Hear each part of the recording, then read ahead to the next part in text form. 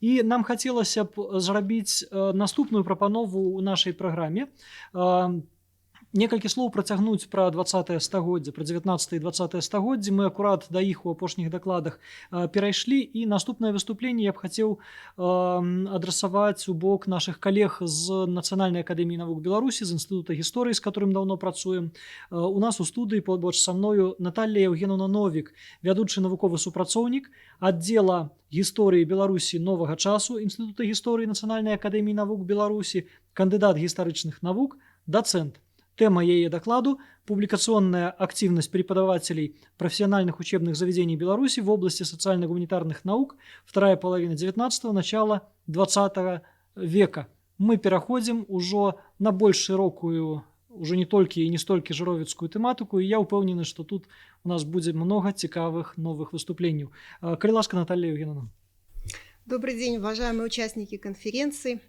Я бы хотела предложить вам тему, связанную с публикационной активностью преподавателей профессиональных учебных заведений Беларуси во второй половине XIX – начале XX века. Начнем с того, что преподаватели профессиональных учебных заведений внесли существенный вклад в развитие истории, этнографии, филологии, педагогики и других социально-гуманитарных наук. Педагогическую административную работу они совмещали с занятиями научно-исследовательской деятельностью. Публиковали книги, брошюры, статьи в различных периодических изданиях, в различных местах. В моем выступлении речь пойдет прежде всего о педагогических учебных заведениях, поскольку именно в них разрабатывалась более активно социально-гуманитарная тематика. Так какие же отрасли социально-гуманитарного знания были представлены в работах этих преподавателей? В первую очередь это исторические науки. Начнем с того, что преподаватели профессиональных учебных заведений внесли значительный вклад в развитие этнографической науки. Нередко к работе по сбору этнографических и фольклорных материалов они привлекали учащихся учительских семинарий, которые во время каникул могли записывать фольклорные произведения в своих родных деревнях.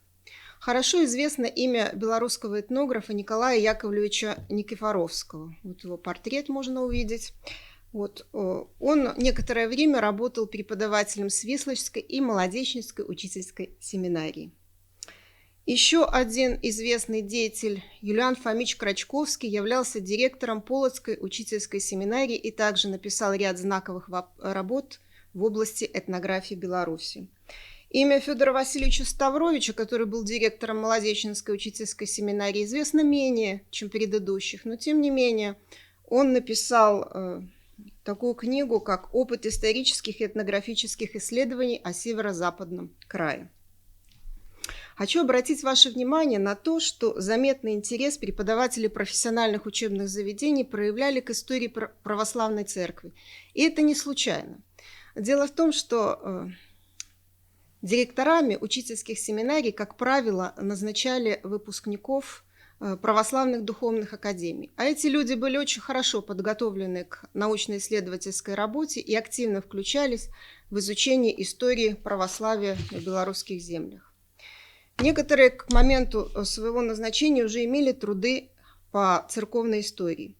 Так, выпускник Санкт-Петербургской духовной академии Афанасий Викентьевич Ярушевич, директор Молодечнической учительской семинарии, написал труд, посвященный деятельности Константина Ивановича Острожского. Эта работа вызвала отклик известного историка Любавского, который написал на нее рецензию. В свою очередь Ярушевич написал ответ на эту рецензию. Этот ответ опубликован в виде отдельного издания.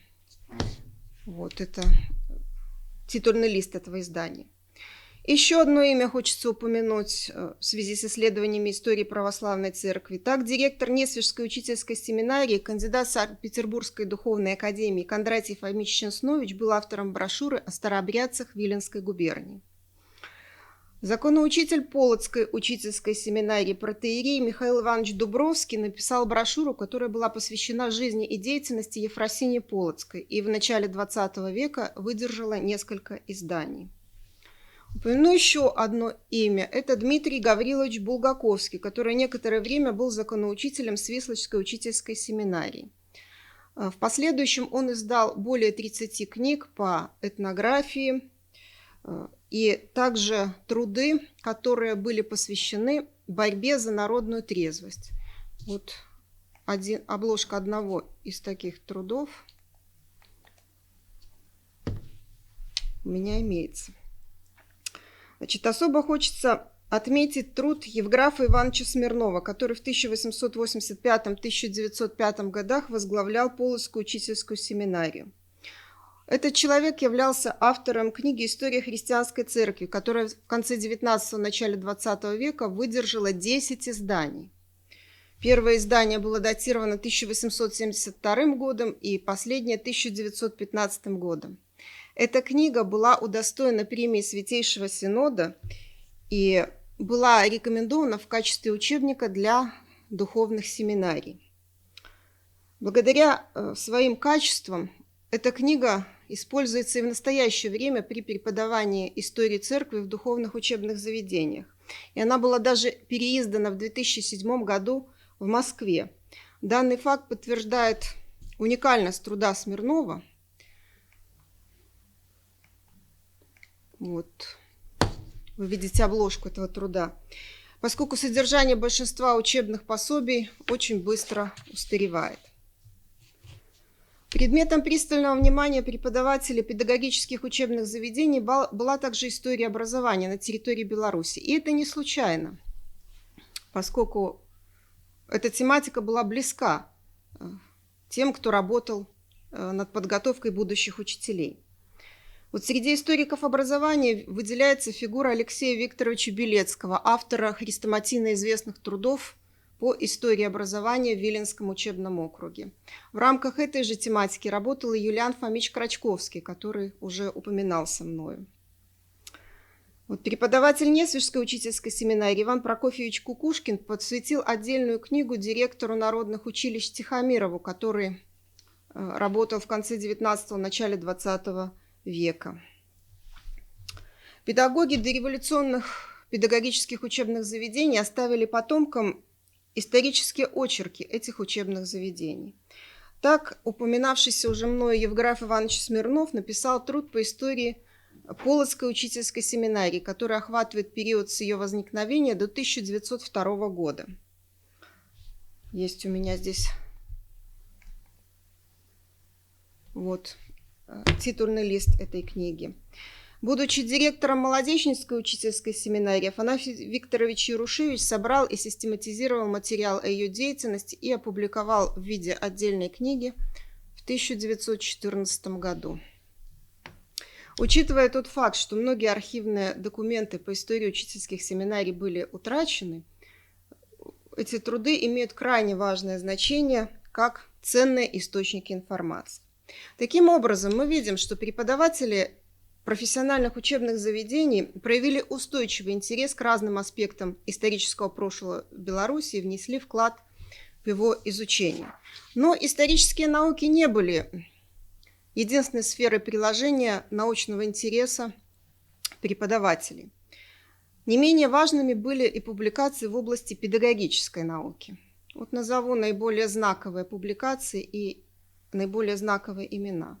Так, например, директор Несвежской учительской семинарии Иван Филиппович Николаевский написал учебное пособие «Руководство к изучению главных оснований педагогики в учительских семинариях Министерства народного просвещения». Эта книга была издана в 1884 году в Москве. Еще одно имя назову: Клавдий Иванович Тихомиров, директор Свислочской учительской семинарии, а также Полоцкой учительской семинарии и Витебского учительского института. Он писал труды по педагогике, психологии, поднимал в них актуальные вопросы, в частности, о месте городских училищ в системе образования того времени. Вот нельзя... Так, есть его портрет.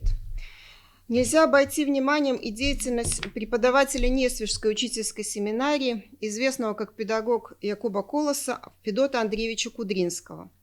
Он оставил весьма разнообразное научное наследие в области социально-гуманитарных наук. Современные авторы проявляют интерес прежде всего к его педагогическим работам, но тем не менее работы в области истории, этнографии, а также его литературные произведения представляют не меньший интерес.